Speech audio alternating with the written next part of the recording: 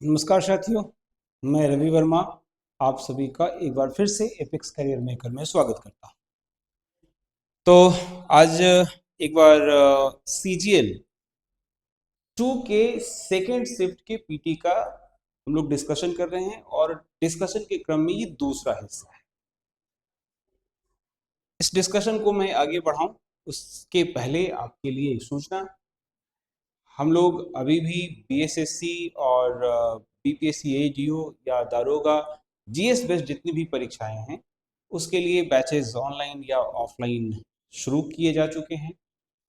आप इनरोल होना चाहते हैं, हमसे जुड़ना चाहते हैं, इस नंबर पर जुड़ें, कमेंट करें और अपने आप को इनरोल करें और अपनी तैयारी को और मजबूत करें।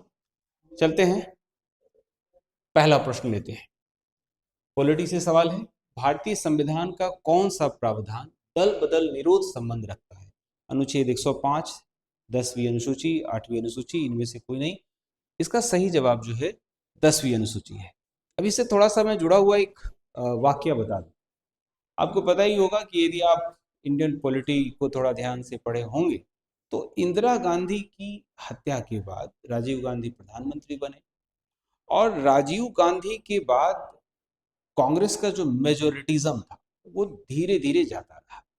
ऐसे में रीजनल पार्टियां भी बाहर खूब जा रही थी, बहुत सारे रीजनल पार्टीज बन रहे थे, जनता पार्टी से टूटकर बहुत सारे नेता बाहर जा रहे थे और ऐसा हाल हो गया था कि कभी कभी तो एक ही दो दिन में कई सारे नेता इधर उधर हो जाते। एक कहावत भी चला था, आया राम गया राम। तो सरकार को थोड़ी अस्थिरता थी। राजीव गांधी के समय में 10वीं अनुसूची में इसमें परिवर्तन लाया। अगले प्रश्न की ओर चलते हैं। भारतीय संविधान की धारा 198, बड़ा अच्छा क्वेश्चन है। धन विधेयक, धन विधेयक से खूब सवाल पूछा जाता है। जैसे धन विधेयक यदि लोकसभा में लाया गया और पारित ना हुआ तो क्या होगा? सरकार गिर जाएगा। राष्ट्रपति के अनुमति के बिना नहीं लाया जा सकता, दोनों ही सदन में कहीं भी लाया जा सकता है। ठीक है, एक क्वेश्चन पूछा, यदि विधान परिषद यानी कि राज्यों के केस में धन विधेयक को रोक लेता है तो विधान परिषद कितने दिनों तक रोक सकता है? जवाब है 14 दिन। आपको पता होना चाहिए राज्यसभा के भी केस में लगभग यही मामला है। राज्यसभा इसमें बहुत डिसाइडिंग फैक्टर नहीं होता है।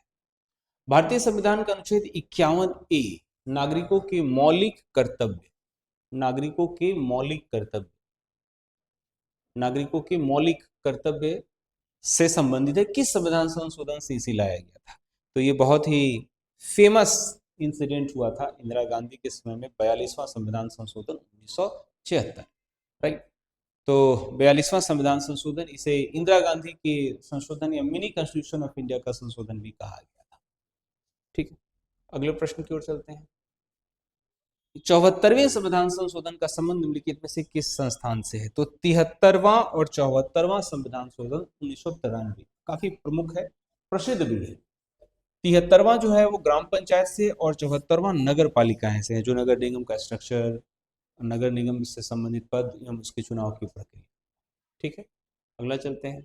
हाल ही में आंध्र प्रदेश से अलग कर एक नए राज्य तेलंगाना का गठन हुआ। इससे भारतीय संविधान की किस सूची में परिवर्तन होता है? तो देखिए, अनुसूची 1 यहाँ पर होगा, तो जितनी भी अनुसूचियां हैं ना, उनको उनका जो विषय वस्तु है आपको ध्यान में रखना चाहिए। बहुत स्पष्ट रूप से मैं बता दूं कि कुछ बेसिक बात है जो संविधान से जुड़ा हुआ है, इसे आपको करके जाना चाहिए। सवाल कोई बहुत कठिन नहीं है, बहुत सरल प्रश्न पूछा गया। जैसे संविधान एक पुस्तक है ना, किसी भी पुस्तक के चैप्टर होते हैं, तो संविधान में वो भाग है और ये भाग चैप्टर्स के नाम हो गए। इनका विषय वस्तु आपसे पूछ देता है, यानी भाग 1 में क्या, भाग 2 में कौन सा विषय वस्तु, कुछ इस तरीके से। उसी तरीके से संविधान को लगातार पैराग्राफ्स में लिखा गया था, तो उसे अनुच्छेद कहा गया। तो भाग 1 में अनुच्छेद 4 तक है, तो आपको अनुच्छेद 1 से 4 जैसे लिखा, तो 1 से 4 का विषय वस्तु क्या है, ऐसे आपसे प्रश्न पूछ देगा। उसी की तरह से जब ये संविधान लिखा गया और फिर उसके बाद कोई चीजों को एड ऑन किया गया तो उसे कहा गया अनुसूची। उसे क्या कहा गया? अनुसूची। जो अब 12 हो गए हैं, है ना, सॉरी, इसका आंसर तो एक है, अनुसूची कहा गया। जिसके 8वीं अनुसूची में भाषा का है। जरा देख लेते हैं अनुसूची से संबंधित जानकारी। तो 12 अनुसूची है। पहली अनुसूची में राज्य और केंद्र शासित प्रदेशों की सूची है। पहले राज्य और केंद्र शासित प्रदेशों की सूची है। अब जैसे आंध्र प्रदेश से अलग हुआ तो नाम इसमें परिवर्तन होगा, इसमें एडिशन होगा। दूसरी अनुसूची में राष्ट्रपति, मुख्य न्यायाधीश, उच्च न्यायालय और सर्वोच्च न्यायालय के न्यायाधीश, नियंत्रक और महालेखा परीक्षक, राज्यपाल, विधानसभा अध्यक्ष, लोकसभा के उपाध्यक्ष, राज्यों की परिषद के अध्यक्ष और उपाध्यक्ष और विधानसभा के अध्यक्ष और राज्य की विधान परिषद के अध्यक्ष और उपाध्यक्ष के वेतन का प्रावधान शामिल है। अभी जितने भी नाम मैंने बताए हैं वो सभी आपको नवीनतम सामान्य ज्ञान के अंतर्गत जान लेना है कि कौन सा पद कौन होल्ड कर रहा है। ये आपसे प्रश्न पूछा जा सकता है। तीसरी अनुसूची में शपथ और प्रतिज्ञान के रूप हैं, जैसे राष्ट्रपति को शपथ कौन दिला सकता है, चीफ जस्टिस ऑफ इंडिया को कौन शपथ दिला सकता है, राज्यपाल कैसे चुने जाते हैं, लोकसभा के अध्यक्ष, ये सारी प्रक्रिया। भारत के प्रत्येक राज्य के लिए राज्यसभा में सीटों का आवंटन, जैसे बिहार में 16 है ना। अनुसूचित क्षेत्र और जनजातियों का प्रशासन एवं नियंत्रण। छठी अनुसूची में असम, नेपाल, असम, मेघालय, त्रिपुरा, मिजोरम, लद्दाख में जनजातीय क्षेत्र के लिए प्रावधान। 7वीं अनुसूची में संघ और राज्यों के बीच की शक्तियों का बंटवारा। संघ सूची में 97 विषय, राज्यों की सूची में 66 विषय, समवर्ती सूची में 47 विषय। अब समवर्ती मतलब जिसमें केंद्र और राज्य दोनों की ताकत होते हैं। 8वीं अनुसूची में 22 भाषाएं, जिसमें 22वां भाषा डोगरी है। बिहार के केस में अगर आप जा रहे हैं तो आपको पता होना चाहिए कि 71वें संविधान संशोधन के द्वारा बंगाली, मैथिली और बोडो को जोड़ा गया था। बोडो जो है वो असम की भाषा है, ठीक है। जो 8वीं अनुसूची में शामिल भाषाएं, इसी में भोजपुरी को शामिल किया जाए, इसको लेकर बहस चल रही है। भोजपुरी भाषा को इसी में शामिल होने की बात कही गई, भोजपुरी भाषा, ठीक है, जो बिहार की प्रमुख भाषाओं में से एक है। 9वीं अनुसूची में 1951 में प्रथम संशोधन द्वारा जोड़ा गया, इसमें भूमि स्वामित्व, भूमि कर, रेलवे, उद्योगों में संबंधित अधिनियम आदेश शामिल है। 10वीं अनुसूची में 52वां संशोधन जोड़ा गया। 11वीं अनुसूची में 73वां संशोधन पंचायती राज वाला, है ना। और 12वें में 74वें संशोधन जो 1992 में हुआ था, नगर निगम, जो अभी कुछ देर पहले प्रश्न पूछा जा चुका है। तो ये आपको करके जाना है। अगला प्रश्न, निम्नलिखित में से कौन सा राज्य पार्टी है? राज्य पार्टी, ध्यान दीजिएगा, राज्य पार्टी यानी जो हमारे यहाँ जो भी राजनीतिक दल होते हैं उनका चुनाव आयोग के द्वारा वर्गीकरण किया जाता है। राज्य, उनका जो वर्गीकरण है वो 3 स्तर पर होता है। एक तो राष्ट्रीय पार्टी, एक राष्ट्रीय पार्टी, ठीक है। राष्ट्रीय पार्टी मतलब जो पूरे भारत में, जैसे Bharatiya Janata party, Indian national Congress, communist party of India, right. और दूसरा जो वर्गीकरण है वो है राज्य पार्टी। राज्य पार्टी का मतलब जो किसी राज्य में ही सीमित है, जैसे कि राष्ट्रीय जनता दल, ठीक है, ये बिहार में ही सिर्फ सीमित है ना। या लोक जनशक्ति पार्टी रामविलास बिहार में ही सीमित है, या हिंदुस्तानी आवाम मोर्चा राज्य में ही सीमित है। और एक होता है कि जो रजिस्टर्ड पार्टी है, जो चुनाव लड़ा है ना, ये तीसरा होता है। अब ये इसके जो प्रश्न है उसके हिसाब से, जिस समय ये प्रश्न पूछा गया था उस समय बहुजन समाज पार्टी जो थी एक राज्य पार्टी थी जो सिर्फ यूपी में थी, लेकिन अब ये राष्ट्रीय पार्टी है। हालांकि मैं बता दूं कि इसका यह दर्जा खत्म भी हो सकता है, क्योंकि खुद यूपी में इसके एमएलए नहीं है, बिहार से अभी हाल फिलहाल एक एमएलए मिला है, मेंबर ऑफ पार्लियामेंट कोई नहीं है, बस एक राज्यसभा सदस्य। तो ये स्टेटस खत्म हो सकता है ना। अभी सूचना के अनुसार अभी तो तत्काल बहुजन समाज पार्टी। क्राइटेरिया देखते हैं कि इलेक्शन कमीशन ऑफ इंडिया ने क्या क्राइटेरिया बना रखा है। स्टेट पार्टी को लेकर ही मैं बात करूंगा। स्टेट पार्टी को लेकर स्टेटमेंट है, a party is recognised as a state party in a state if any of the following condition is fulfilled. कोई भी ये कराना चाहिए। It secures 6% of the valid vote. ऐसे भी बिहार में चुनाव हुए थे और प्रशांत किशोर की एक नई पार्टी बनी थी, प्रशांत किशोर के द्वारा हेडेड कहा जा सकता है, बड़े नाम थे, हालांकि अध्यक्ष कोई और था। वो 3% वोट प्राप्त किया, तो वो नहीं हो पाया, स्टेट पार्टी भी नहीं हो पाया। If it secures 6% of the valid vote polled in the state of a general election to the legislature assembly of the state concerned, and in addition it wins 2 seats, 6% vote और 2 seat, ठीक है। If secures 6% of the valid vote polled in the state at a general election in the Lok Sabha के चुनाव में भी वो अगर 6% vote ले लेता है, या लोकसभा में उसके एक सदस्य चुनकर जाते हैं। If it wins 1 seat in the Lok Sabha for every 25 seat or any fraction thereof allotted to the state। मैं कुल मिलाकर ये एक क्राइटेरिया है, इसे करके जाएंगे राज्य पार्टी के लिए, राष्ट्रीय पार्टी के लिए और रजिस्टर्ड पार्टी के लिए। ठीक है, यहां से प्रश्न पूछा है। अगला चलते हैं। प्रथम लोकसभा के स्पीकर कौन थे? तो लोकसभा का जो स्पीकर है, अभी कुछ देर पहले मैंने बातचीत किया था, तो मैंने बताया था कि कुछ पद हैं जो महत्वपूर्ण हैं, उसमें लोकसभा का जो स्पीकर है वो भी माना जाता है जीवी मावलंकर। जीवी मावलंकर जो है वो लोकसभा के स्पीकर हैं, प्रथम लोकसभा के स्पीकर हैं। अभी ओम बिरला जो है वो वर्तमान लोकसभा के स्पीकर हैं। ठीक है, एक सवाल मेरे मन में आता है, क्या आप मुझे बता सकते हैं कि बिहार से वो कौन सा व्यक्ति है जो लोकसभा का स्पीकर हुआ है? कमेंट सेक्शन में कमेंट करें। आगे चलते हैं। निम्न में से किस राज्य में विधानमंडल का ऊपरी सदन या विधान परिषद नहीं है? तो महाराष्ट्र, पश्चिम बंगाल और उत्तर प्रदेश। बिहार में, पश्चिम बंगाल में ऊपरी सदन नहीं है। देख लेते हैं, अभी भारत के 6 राज्यों में उत्तर प्रदेश, आंध्र प्रदेश, बिहार, कर्नाटक, महाराष्ट्र और तेलंगाना।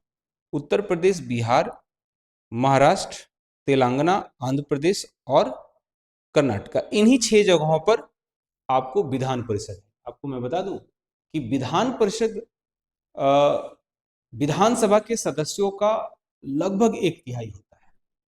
ठीक है, जैसे बिहार में 243 सदस्य जो हैं वो विधानसभा के हैं और 75 सदस्य जो हैं वो विधान परिषद के हैं। डिटेल्स में विधान परिषद के सदस्य कैसे बनते हैं इसके बारे में कभी एक वीडियो लेकर आऊंगा। तत्काल आपको मैं बता दूं कि 6 राज्यों में विधान परिषद है और मुख्यमंत्री या कोई भी मिनिस्टर बनने के लिए, cabinet minister in the state assembly state, तो आपको या तो विधानसभा का सदस्य होना पड़ेगा या विधान परिषद का सदस्य बनना पड़ेगा। एक बड़ा इंटरेस्टिंग केस हुआ था पिछले चुनाव में, पश्चिम बंगाल में ममता बनर्जी चुनाव हार गई थी और वहां पर विधान परिषद भी नहीं था, तो जिसकी वजह से उन्हें दोबारा 6 महीने के अंदर ही चुनाव जीतकर जाना पड़ा था। झारखंड से भी एक ऐसा केस हुआ था, शिबू सोरेन मुख्यमंत्री बने थे और वो विधानसभा का चुनाव हार गए थे, दोबारा खड़े हुए, दोबारा हार गए और सरकार गिर गई। तो इंटरेस्टिंग फैक्ट्स होते रहते हैं। चलते हैं अगले। बिहार में लोकसभा की 40 सीट है, राज्यसभा की कितनी सीट है? तो राज्यसभा की 16 सीट है। यहां पर कुछ फैक्ट्स जान लेने चाहिए बिहार के पर्सपेक्टिव में। यहां पर लोकसभा के सदस्य 40, राज्यसभा के सदस्य 16, मेंबर ऑफ लेजिस्लेटिव असेंबली 243 और मेंबर ऑफ लेजिस्लेटिव काउंसिल 75। ठीक है, ये जानना चाहिए। चलते हैं अगले प्रश्न की ओर चलते हैं। बिहार वर्ष 2011 की जनगणना के अनुसार, अभी भी आज 2025 में भी हम लोग बातचीत कर रहे हैं, आज भी हमारे पास जो ऑफिशियल जनगणना है वो 2011 की है और इसके अनुसार बिहार की आबादी जो है लगभग 10 करोड़ के बराबर है। लगभग 10 करोड़ के आसपास है, लगभग 10 करोड़ के आसपास है। ठीक है, अब तो 13 करोड़ के आसपास कहा जाता है। आगे चलते हैं। सामान्यतः विधानमंडल के ऊपरी सदन के सदस्यों की कुल संख्या निचले सदन के 1/3 होनी चाहिए। जैसे बिहार में 243 और एमएलए 243 और एमएलसी 75, लगभग 1/3। बी नंबर विकल्प सही है। बिहार राज्य में अभी कुल कितने जिले हैं? तो प्रशासनिक रूप से देखा जाए तो 38 जिले हैं, लेकिन पुलिस जिले की बात की जाए तो 40 हैं। जैसे वेस्ट चंपारण में बेतिया और बगहा, पटना में शहरी और ग्रामीण। ठीक है, तो ये 40 जिले हैं, 38 जिले, यानी 38 जिले इसका सही उत्तर होगा। एक और दृष्टिकोण से मैंने बताया था, पुलिस जिले।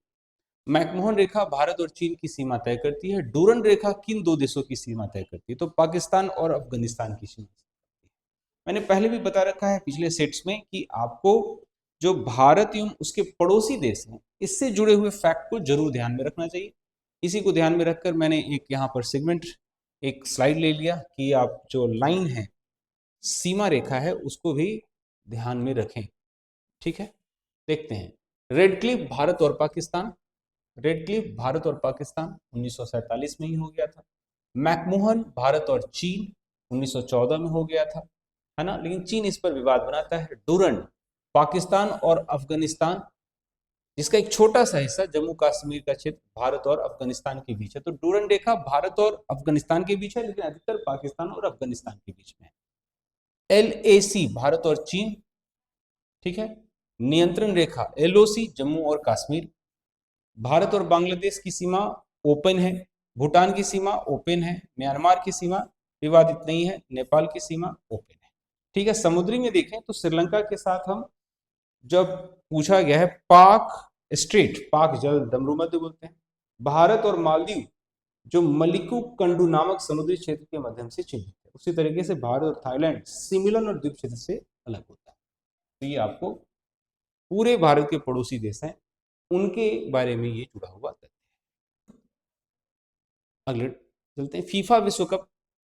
अब तो ये 2014 बीत चुका, लेकिन फीफा जो अंतर्राष्ट्रीय फुटबॉल के टूर्नामेंट आयोजन करने की संस्था है, पूरी विश्व, पूरे फुटबॉल खेल को नियंत्रित करने की ये संस्था है। तो उस दौरान जब भी हुआ हो जहां, लेकिन अभी वर्तमान में हमें देखना है 2026 के लिए। 2026 में ये 3 देशों में हो रहा है, कनाडा, मेक्सिको और America, United states of America के 16 वेन्यूज पर। तो 2026 में ये कहाँ आयोजन होने वाला, ये ध्यान में रखा जाए, ये पूछेगा। अगला है ब्लड कैंसर को आमतौर पर क्या कहते हैं, तो ल्यूकेमिया भी कहते हैं। क्या कहते हैं, ल्यूकेमिया। एनीमिया जो है खून की कमी को बोलते हैं, और ल्यूकेमिया क्या कहते हैं, ल्यूकेमिया जो है ब्लड कैंसर का ही एक स्वरूप है। अगला प्रश्न है, मंगलयान 5 नवंबर 2013 को श्रीहरिकोटा से प्रक्षेपित किया गया था, ये किस राज्य में है, आंध्र प्रदेश से है।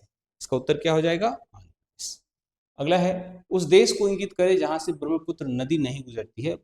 मैप की ओर चलते हैं, तो ये हमारे सामने मैप में ब्रह्मपुत्र रिवर का रूट है। तो आप देखेंगे चाइना, या जिसे तिब्बत भी कह सकते हैं, और ये भारत, ठीक है, और फिर बांग्लादेश। तो चीन, भारत और बांग्लादेश, तीन राज्यों, 3 देशों से होकर ब्रह्मपुत्र नदी गुजरती है।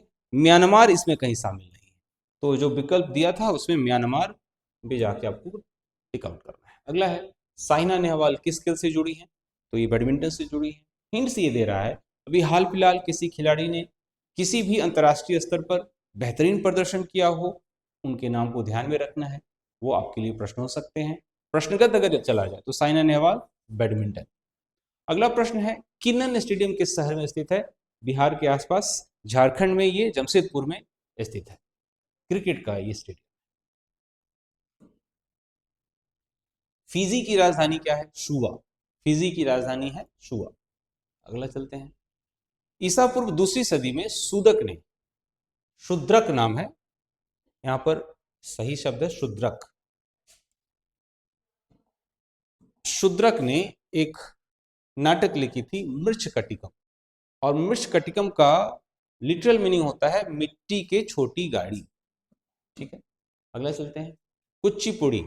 भारत में 8 क्लासिकल डांस माने जाते हैं, और ये 8 क्लासिकल डांस किसी खास जगह से संबंधित होते हैं, ये बात ध्यान में रखना चाहिए।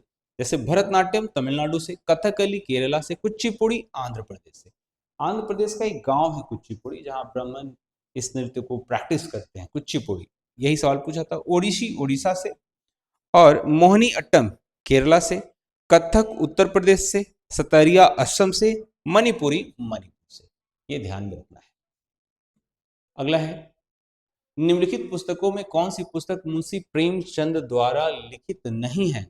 गोदान 1936 में, गबन, रंगभूमि, ये सभी मुंशी प्रेमचंद के द्वारा लिखा गया है। गोरा टैगोर के द्वारा लिखा गया है, और ये एक रोमांटिक उपन्यास था, ठीक। अगला चलते हैं, वर्ष 2013 के लिए भारत रत्न पुरस्कार निम्नलिखित में से किसे मिला। 2014 का सवाल है, और भारत रत्न पुरस्कार 2013 में मिला, और ये बड़ा ही इंटरेस्टिंग था, क्योंकि इसमें पहली दफा किसी स्पोर्ट्स पर्सन को भारत रत्न दिया गया था। तो देखेंगे सभी ऑप्शन में सचिन तेंदुलकर है, लेकिन इनके साथ एक और को मिला था जो साइंटिस्ट थे, CNR राव। सचिन, रमेश तेंदुलकर और CNR राव को 2013 के लिए भारत रत्न पुरस्कार दिया गया है। याद रहे, 2024 का भारत रत्न पुरस्कार आपके लिए प्रश्न हो सकता है, और ये जरूर पूछेगा। क्यों? क्योंकि कर्पूरी ठाकुर बिहार से शामिल है। ना पूछे आयोग का मत, लेकिन आपको तैयारी करके जाना है। 2024 में 3 व्यक्तियों को भारत रत्न पुरस्कार मिला है। एक लाल कृष्ण आडवाणी, एम एस विश्वनाथन जो हरित क्रांति, और आपको कर्पूरी ठाकुर। ठीक है, अगले प्रश्न की ओर चलते हैं। Bhopal, a prayer for rain. Bhopal में एक औद्योगिक दुर्घटना हुआ था, गैस रिसाव हुआ था और बहुत सारे लोग मरे थे। ये घटना 1984 में हुई थी, 1984 में हुई थी, और ये मिथाइल आइसोसाइनाइड के रिसाव से हुआ था। अमेरिका के व्यक्ति थे जो इसके प्रति जिम्मेवार थे, लेकिन दुर्भाग्यपूर्ण वो यहाँ से निकल पाने में सक्षम हो पाए थे। तो ये थे हमारे जीएस के सवाल जो सीजीएल द्वितीय जो बीएससीसी के द्वारा आयोजित किया गया था उसके सेकेंड शिफ्ट का ये क्वेश्चन था। मैं उम्मीद करता हूं इन 55 प्रश्नों को बनाते समय आपको ये जरूर अनुमान लग गया होगा कि 2026 की सीजीएल की परीक्षा कैसे होगी। वीडियो को देखने के लिए बहुत बहुत धन्यवाद।